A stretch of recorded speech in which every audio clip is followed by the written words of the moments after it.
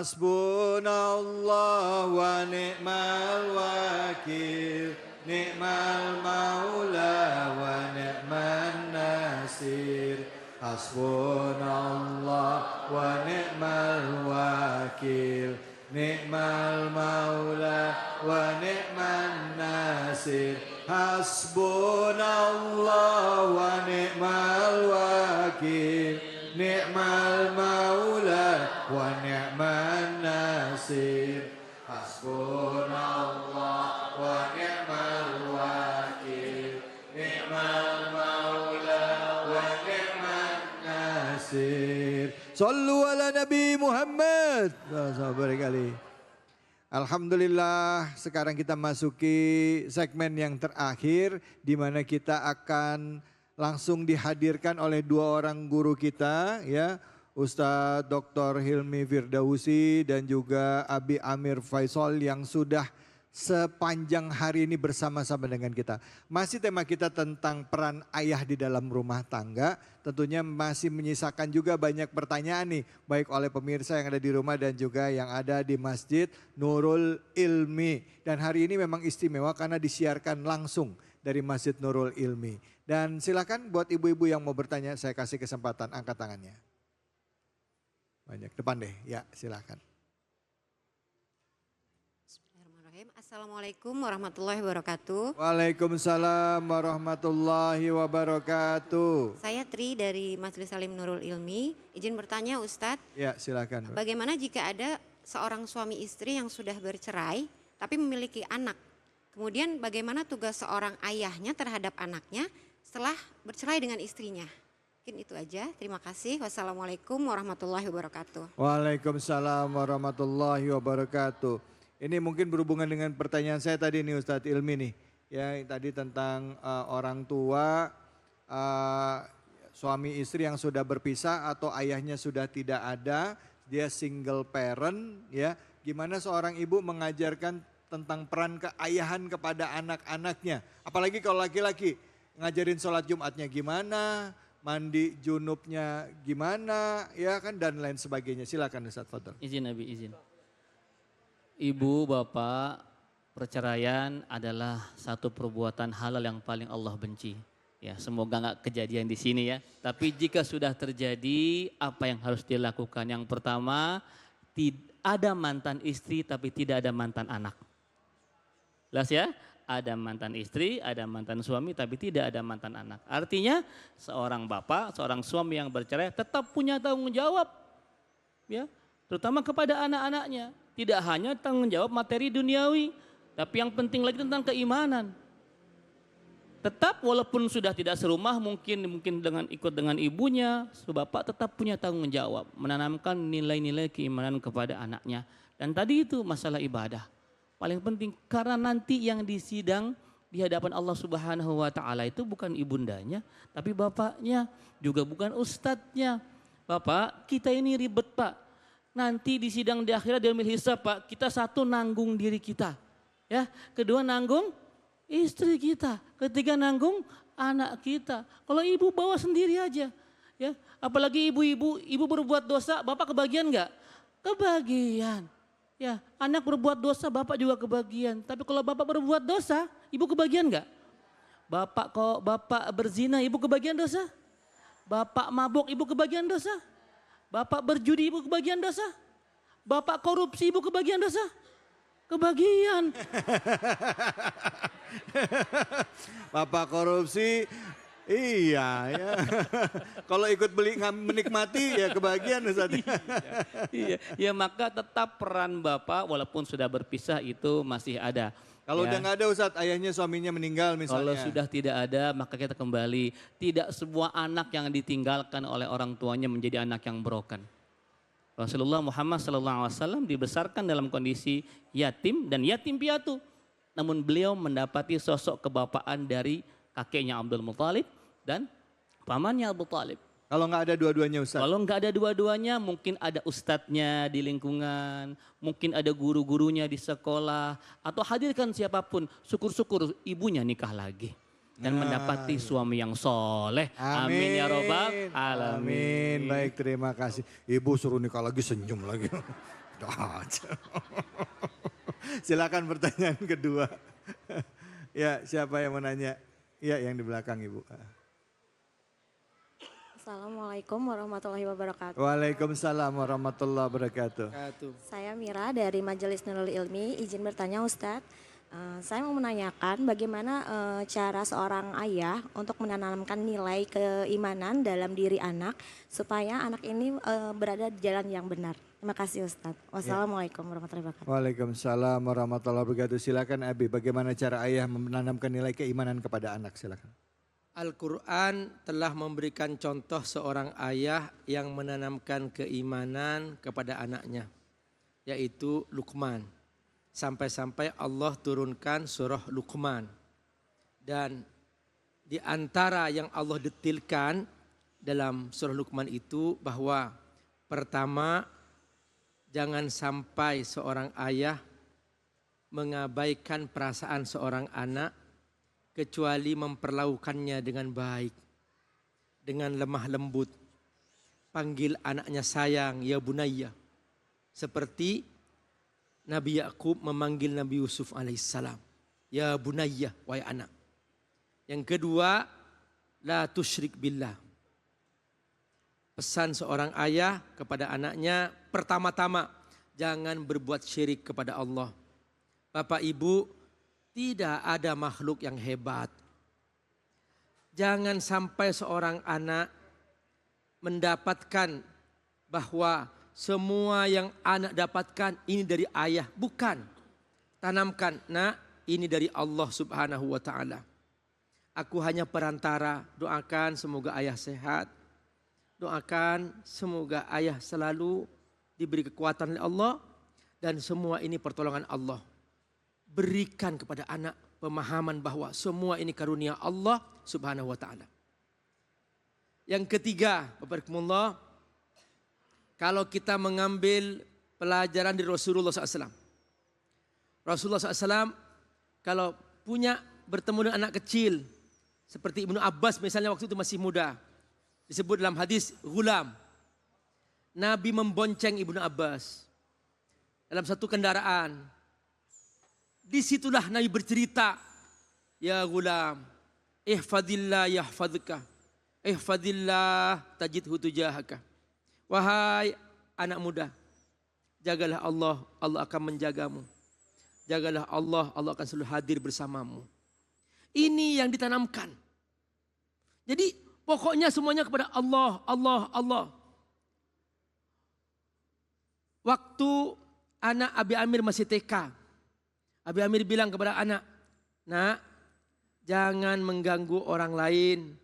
Jangan mengganggu teman kamu, itu dosa. Allah marah kepada kamu. Kalau kau menyakiti teman kamu, Allah marah kepadamu. Kalau kau mengambil mainan teman kamu, Allah akan marah kepada kamu. Abi Amir nyangka, kayak itu gak masuk deh. Suatu hari mainan anak saya diambil oleh temannya. Begitu diambil, dia nangis. Jangan diambil, nanti Allah marah sama kamu, Allah marah sama kamu. Dia sambil teriak-teriak. Oh ternyata setiap kata-kata orang tua kepada anaknya tentang tauhid kepada Allah, sekalipun seakan-akan anak tidak mengerti, itu dia sedang merekam Bapak Ibu. Makanya biasakan anak itu jangan ditakut-takuti dengan makhluk. Kalau kamu nangis nanti ada polisi. Jangan takut-takut pada makhluk. Itu kalau kamu menangis Allah nggak suka gitu ya. Kalau kamu nangis nanti ada polisi, pantas di lampu merah suka ada patung polisi gitu kalau di jalanan luar kota ya. Patung polisi begini. Nanti dipanggil Pak Dokter disuntik. Ke barak. Ya. Jadi Kang Deddy. biasakan pokoknya ya. Awas Allah nggak suka loh kalau kamu nggak sholat. Allah nggak senang kalau kamu nggak makan dengan baik. Bilang begitu. Jangan ditakut-takutin dengan makhluk. Awas nanti sakit, jangan begitu. Ya, Abi, siap. Biasakan, Allah nggak suka. Baik. Kalau kau makan pakai tangan kiri dan sebagainya. Ya, jadi mengajarkan, mendasarkan segala sesuatu itu atas perintah-perintah Allah. Ya, mengajarkan anak sedini mungkin, ya, gitu ya Bu ya. Bu, ngangguk-ngangguk aja. Nih ngerti kagak ini? Silakan pertanyaan selanjutnya. Angkat tangannya boleh Ibu, silakan Bapak. Yang mana ya? Ya Ibu deh, depan, silakan. Assalamualaikum warahmatullahi wabarakatuh. Waalaikumsalam warahmatullahi wabarakatuh. Izin bertanya Ustadz, Ya Ibu. perkenalkan dulu nama saya Mas Nona, saya dari Majelis Taklim Nurul Ilmi. Ya. Izin bertanya, apabila ada seorang anak dari lahir sudah tidak mempunyai sosok seorang ayah, Ya. kemudian seorang anak lelaki ini setelah dewasa dia ingin menjadi seorang bapak, di mana dia ingin belajar menjadi sosok seorang bapak itu. Oh iya baik. Terima kasih Ustadz. Wassalamualaikum warahmatullahi wabarakatuh. Waalaikumsalam warahmatullahi wabarakatuh. Ini bicara father figure seorang laki-laki yang sudah dewasa sedangkan dia besar tanpa seorang ayah. Bagaimana dia dapat figur seorang ayah? Dari mana dia bisa mendapatkan figur seorang ayah dan belajar menjadi seorang ayah? Silakan Abi atau Ustadz Hilmi. Tadi saya sudah jawab. Sudah. Ini- Oh iya. Yang jawab berdua aja. Barusan saya berbisik sama Ustadz Helmi. Ustadz Hilmi, ya. Ya, cariin suaminya aja. Ya Allah. Silakan Abi. Baik, tadi kan sudah diulang pertanyaannya ya. Tidak semua hadir dalam kondisi ideal. Kadang ada yang lahir dalam kondisi yatim, bahkan langsung ibunya pun meninggal. Ya, ini kalau ibu nonton film ada 1 kakak 7 ponakan tuh bagus Bu. Ya, itu barulah sebelum lahir bapaknya meninggal karena heart attack serangan jantung, pas lahir ibunya langsung meninggal. Lahir dalam kondisi yatim. Dia mendapatkan sosok bapak dan ibunya langsung dari omnya, dari pamannya disebut sebagai kakak. Rasulullah Muhammad SAW sampai usia 6 tahun lahir dalam kondisi yatim. Ya, dia mendapatkan sosok bapak dari kakeknya Abdul Muthalib. Namun pun tidak lama setelah itu kakeknya pun meninggal, hadirlah sosok pamannya Abu Thalib yang bahkan menjadikan Rasulullah Muhammad sebagai anak kesayangan, bukan keponakan kesayangan. Ya. Namun kadang-kadang kita belum tentu seperti itu. Ya, kadang-kadang bahkan ada anak yang tidak punya figur sama sekali. Ya. Akhirnya mohon maaf ada yang masuk ke panti asuhan, Ya. jadi kalau di panti sosial. Bagaimana caranya? Tadi benar kata Mas David bahwa jadi orang tua tuh nggak ada sekolahnya. Ya, nggak ada sekolahnya. Artinya apa? Ini pembelajaran terus. Anak yang orang tuanya lengkap sekalipun belum tentu akan menjadi anak yang sempurna. Ya, begitupun sebaliknya, anak yang nggak punya orang tua pun belum tentu dia menjadi anak yang broken. Begitu banyak orang-orang hebat lahir dari kondisi yatim, bahkan yatim piatu. Ya, jadi yang paling penting adalah yang pertama, carikan lingkungan yang baik. Kalau hari ini kita agak serem dengan lingkungan kita, maka tempat terbaik hari ini adalah memasukkan anak kita ke ma'had. Ma'hadnya pun yang dipilih, karena juga beberapa pondok yang hari ini naudzubillah summa naudzubillah, aneh-aneh juga ada. Ya, ya. Dan yang paling penting itu doa dari orang tua. Ya, bundanya kalau sudah tidak ada bapaknya, bunda kalau doa biasakan sebut nama anak kita dengan keras. Ya jangan cukup Robbi habli minas solihin, jangan langsung sebut namanya di sepertiga malam bunda, sebut namanya. Doa bunda itu mustajab, masya Allah. Ya, maka jangan pernah sekata-kata sama anak kita. Hati-hati ya bunda kalau lagi marah ya, kalau kata orang Betawi jangan sekate-kate. Jangan sekate-kate. Iya. Bi, ya. Terus yang Jadi kalau di zaman Nabi Bu ada 2. Jadi pertama at-tabanni. Jadi Nabi mengambil anak gitu. Jadi dibolehkan kalau ada anak yatim ya cari ustadz siapa, ustadz ini ambil anak antum, itu boleh karena itu akan dididik anak jadi dapat ayah. Yang kedua, kalau masih ada ayahnya si ibu ini, ayahnya berusaha mencarikan suami bagi anaknya. Seperti Omar ketika Hafsah ya suaminya meninggal dunia, Hafsah keliling datang ke rumah Abu Bakar, tolong anakku nikahkan. Datang ke rumah Omar, datang ke rumah Abu Bakar, datang ke rumah Omar, tolong anakku nikahkan. Begitu, jadi dicariin. Ya Bang David, Ya. jadi pokoknya kalau ada seorang janda cariin suami Bang David. Oh iya. Iya gitu maksudnya gitu. Ya. Ya baik, saya cariin, tapi jangan ke rumah saya. Masya Allah. Baik, terima kasih banyak Abi. Terima kasih banyak. Alhamdulillah hari ini kita belajar banyak ya, bahwa menjadi orang tua itu pastinya tidak mudah.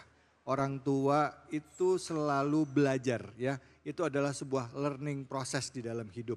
Kadang kita mengalami kegagalan, kadang kita harus marah.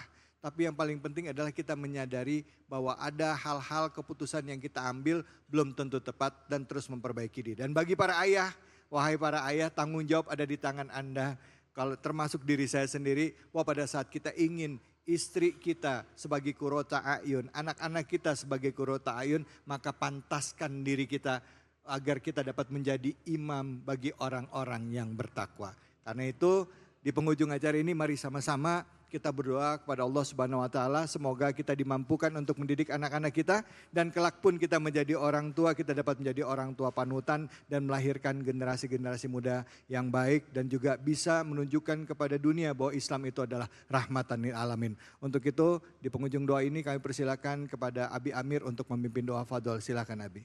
Astaghfirullah Rabbal baraya Astaghfirullah minal khataya Astaghfirullah Rabbal baraya Astaghfirullah minal khataya. Hamda syakirin, hamdan na'imin, hamda yuafi na'amahu wa yukafi'u mazida.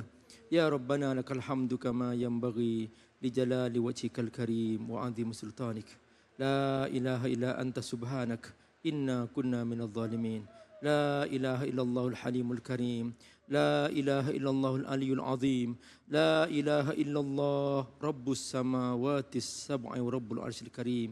Ya Allah, kami berkumpul, kami mencintaimu, kami menghambamu ya Allah. Ya Allah, jadikan kami orang tua yang baik bagi anak-anak kami. Jadikan kami para ayah, jadi ayah yang baik, yang tidak hanya mengurus nafkah, tapi juga mendidik kami sebagai anggota keluarganya. Jadikan kami para istri, sebagai istri yang baik bagi suami-suami kami, sebagai ibu yang baik bagi anak-anak kami.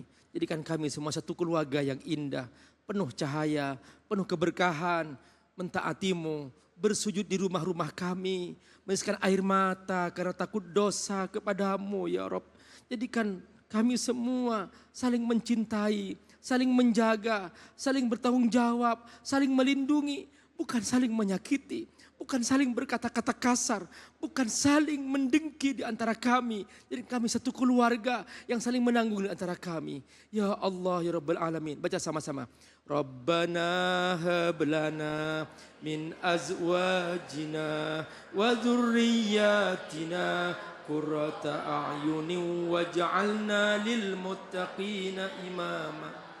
Rabbana atina fid dunya hasanah wa fil akhirati hasanah wa qina adzaban nar. Wassallallahu ala sayyidina Muhammad wa ala alihi wa sahbihi wasallam walhamdulillahi rabbil alamin. Alhamdulillahi rabbil alamin. Terima kasih banyak Abi, terima kasih banyak ibu-ibu, bapak-bapak, jamaah Masjid Nurul Ilmi dan juga pemirsa Ainus dimanapun saja Anda berada. Semoga apa yang disampaikan bermanfaat bagi kita semua dan kita dimampukan menjadi orang tua dan kelak kita semua dikumpulkan di dalam surganya Allah. Amin ya rabbal alamin. Saya David Halik undur diri. Billahi fisabil haq fastabikul khairat. Wallahul muwaffiq ila aqwamit thoriq. Wabillahi taufiq wal hidayah. Assalamualaikum warahmatullahi wabarakatuh. Assalamualaikum warahmatullahi wabarakatuh. Sallallahu ala Muhammad.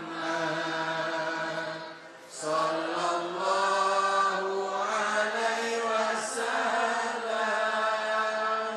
Sallallahu ala Muhammad. Sallallahu alaihi wasallam. Sallallahu